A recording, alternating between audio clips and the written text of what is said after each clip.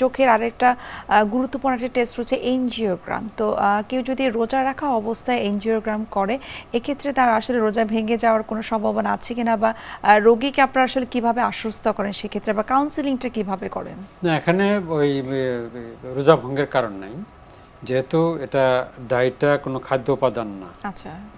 আর এটা তার মানসিক তৃপ্তি দিবে বা তাকে এন্টারটেইন করবে এরকম বিষয় না। যদি মাদক হয় যে সে তার মানে একটা রিক্রিয়েশনের জন্য, এন্টারটেনমেন্টের জন্য করতেছে, এটা ভঙ্গ হবে। কিন্তু এটা এরকম কোনো বিষয় এখানে নাই। যেহেতু খাদ্য উপাদান নাই, তার একটা এনজিওগ্রাম হবে, সেটা একটা পরীক্ষা তার চিকিৎসার পারপাসে। কাজে এখানে ইন্টেনশনও খারাপ নাই, অতএব এটা রোজা ভঙ্গের কোনো সম্ভাবনা নাই। আচ্ছা, এখন কিন্তু আসলে এই ধরনের, এই যে আপনি যেমনটি বললেন যে এনজিওগ্রাম করলে আসলে রোজা ভাঙার আসলে কোনো কারণ নেই, এবং সেই সাথে কিন্তু ইন্টারন্যাশনাল অনেক গাইডলাইন কিন্তু রয়েছে, যারা ডায়াবেটিক পেশেন্ট, যে ব্লাড সুগার তারা যদি রোজা রাখা অবস্থায় টেস্ট করে তাহলে কিন্তু রোজা তার কখনোই ভাঙবে না। সো এই বিষয়গুলো আমার মনে হয় আস্তে আস্তে জনগণ জানছে, এবং জানার জন্য আপনারা এক্ষেত্রে যথেষ্ট কাজ করছেন, বিভিন্ন ধরনের আসলে কর্মসূচি পালন করা হচ্ছে। তারই সাথে আপনার কাছে আরেকটা বিষয় জানবো, যে একটু ভিন্ন বিষয়, সেটা চলে আসে যে বাচ্চারা, এবং সেই সাথে আমরা বলবো যে বড়রাও কিন্তু এখন আমরা প্রচুর পরিমাণে গ্যাজেট আইটেমের প্রতি একটু এডিকশনটা আমাদের হয়ে গেছে। এই ক্ষেত্রে আপনার কাছে একটু জানবো, সারাদিন আসলে কত মিনিট সর্বোচ্চ যদি আমরা কোনো টিভি, মোবাইল আমরা যদি ইউজ করি, সেক্ষেত্রে আমাদের চোখ ভালো থাকবে, অন্যদিকে আমাদের যে দেখার কাছে সেটাও হয়ে গেল?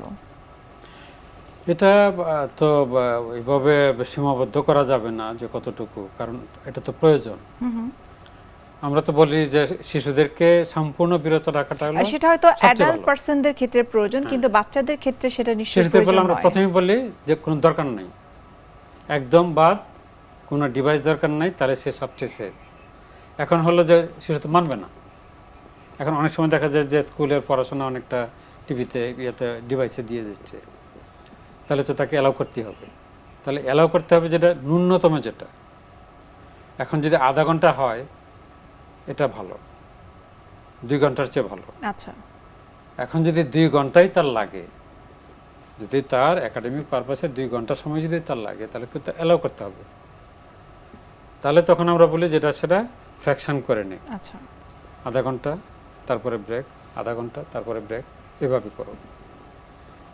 তো সেই জন্যে একটা হলো ব্রেক দিয়ে, আর একটা হলো একটা না, এটাও একটা বিষয়, এটা খেয়াল রাখতে হবে। আচ্ছা। যে একটা না 20 থেকে 25 মিনিট, তার বেশি না। আর যেটা হলো যে প্রাপ্তবয়স্ক যারা, তারা তো ফিল করবে যখন ডিভাইস অনেকক্ষণ থাকে, তখন কিন্তু এটার একটা প্রতিক্রিয়া হয়, চোখে একটু সেন্সেশন হয়। যদি এরকম বোঝে যে তার সমস্যা হচ্ছে, আচ্ছা, তাহলে তাৎক্ষণিকভাবে এটাকে এখানে ব্রেক দিতে হবে।